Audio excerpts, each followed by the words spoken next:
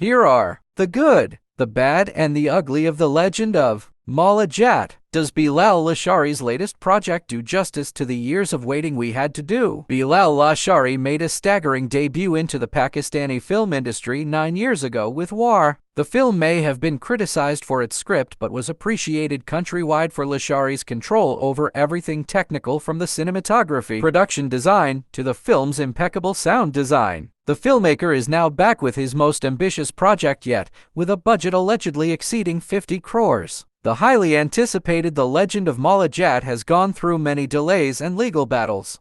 But at last, it is finally here, and the first-day box office numbers are fantastic. But does the film do justice to the years of waiting and anticipation we had to go through? Let's analyze without any spoilers. The strong aspects. Cinematography. Bilal Lashari, the visual genius. What usually doesn't work for most Pakistani movies is what Bilal Lashari gets right as the cinematographer. This movie looks like a movie. Unlike many recent releases, it doesn't have the TV commercial or telefilm look that we often see cinemagoers criticize. Lashari gets the look and cinematography right from the word go. The frames are simply brilliant. Every frame exudes grandeur. It is easily comparable to any big-budget Bollywood or Hollywood blockbuster. Production design and sets. From the very first scene, one can't help but appreciate the fantastic production design of the film. There are palaces, arenas, dabas, a beautifully lit prison, and a village. The palaces have lanterns and beautiful paintings, cutlery that we see in museums, furniture that is seen in lavish Netflix shows about royalty. The village has mud houses, a dhaba or pub, and multiple shops. The attention to detail with each and every little nook is just fantastic and shows how hard Lashari and his production team work to get the details right. Nothing looks out of place in any frame. The best part? There are no Cornetto ice creams, no bottles of Coca-Cola,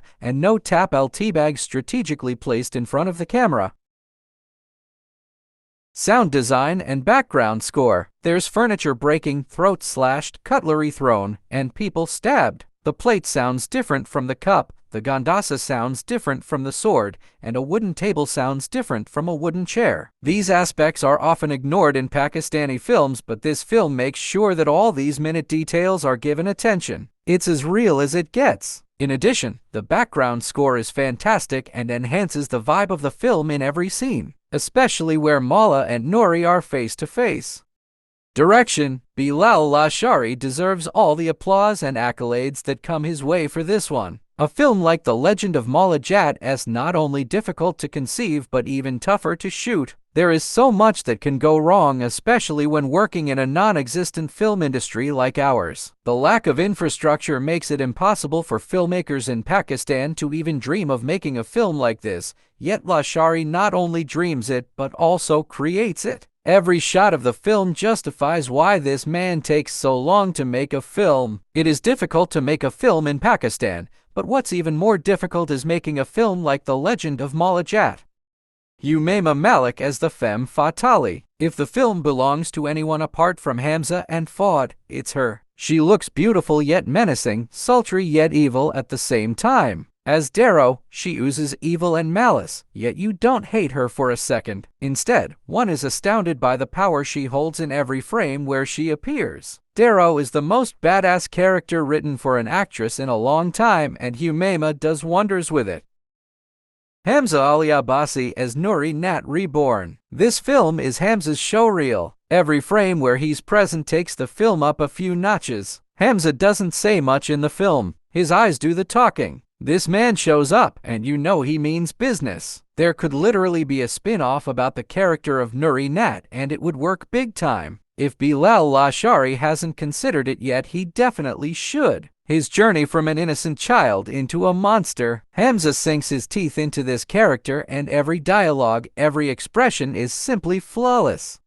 Fawad Khan as a Maula Jatt. Fawad had a difficult task to take on, not just a character, but a pop culture icon that has been made eternal by Sultan Rahi. But Fawad does it quite well, even giving his own touch to the character. This isn't the same Maula Jatt we saw in 1979. He isn't loud, he doesn't yell, he doesn't roar, yet his silence screams revenge. In addition, Fawad Khan shines in the action scenes. Bilal Lashari made sure the scenes are choreographed really well, and Fawad excels in each and every one of them.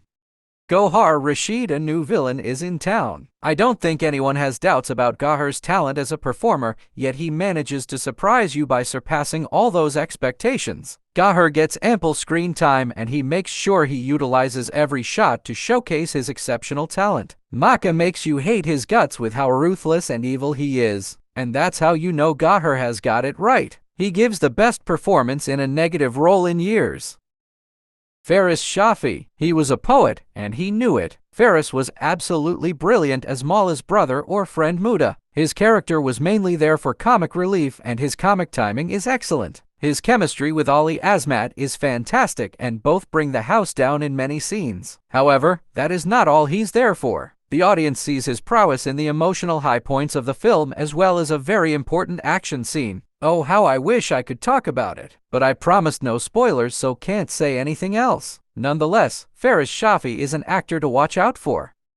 Nouri vs. Maula. All heroes need a powerful villain. How else would you find out that your hero is worth rooting for? Maula Jatt is Maula Jatt because he faces Nouri Nat. Both men are undefeatable. Both men are ready to kill for revenge. Yet, what differentiates them is their intention. Both Fawad and Hamza have an electrifying chemistry similar to Sultan Rahi and Mustafa Qureshi. Every time both come face to face, they set the screen on fire. The confrontational sharp lines and action scenes are both equally powerful. Even when they silently stare at each other, their eyes are at war. A powerful protagonist taking on an unbeatable antagonist is what makes a good versus evil spectacle worth watching.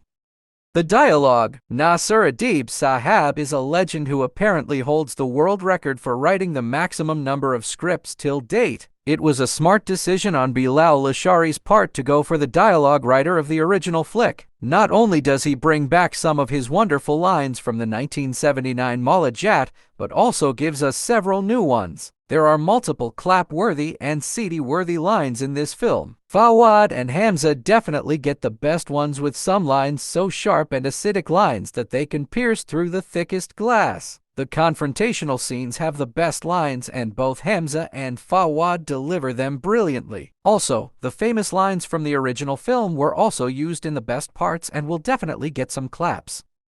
The not-so-strong aspects. Mahira Khan. Although Mahira Khan is one of the biggest superstars in the country, she is not a very strong actress. She uses charm every time she is on screen, but her dialogue delivery is lacking. If one compares her to the original Mako, Asiya Begum, one can see that the former played the character much better. One can't deny the star power of Mahira, but it would be better to say that this wasn't her film. Mako wasn't meant for her. The contrast is even clearer when one compares her to Humaima, who was flawless in this film. Pacing of the first half of the film. Although the film starts strong and the first 10 minutes have the perfect pacing, but after the first half hour, the pace dips and then it takes a while to get to the point. This may not have been felt as much had the second half not been as brilliant as it was. Most of the high points of the film are in the second half, and it leaves one wondering how much better the film could have been if the first half was 10 minutes shorter. On the whole, Bilal Lashari deserves a pat on the back. He was the director, cinematographer, screenplay writer, and editor of this film, yet he didn't mess up anywhere. Yet on the other hand, we have Bilal Lashari flawlessly taking charge of multiple departments of the film and winning in each and every one of them. This man takes his sweet time to make films, but when he does, he makes sure he wins big. Overall, the film was a treat to watch. I was extremely proud to see a Pakistani film that can compete with international cinema in every way. No, it's not path-breaking cinema. No, it's not a film that sends across an important social message. The Legend of Maula Jatt knows its genre and follows it. It is a paisa vasul masala entertainer, just like the films we see from across the border. If you're worried about not being able to understand Punjabi, let me tell you that the film speaks to you with its visuals. This is all from my side of the movie. Please watch the movie The Legend of Maula Jatt and let me know in the comments how you feel about it. If you want to watch more of my movie reviews, please let me know which one you want and subscribe to my channel.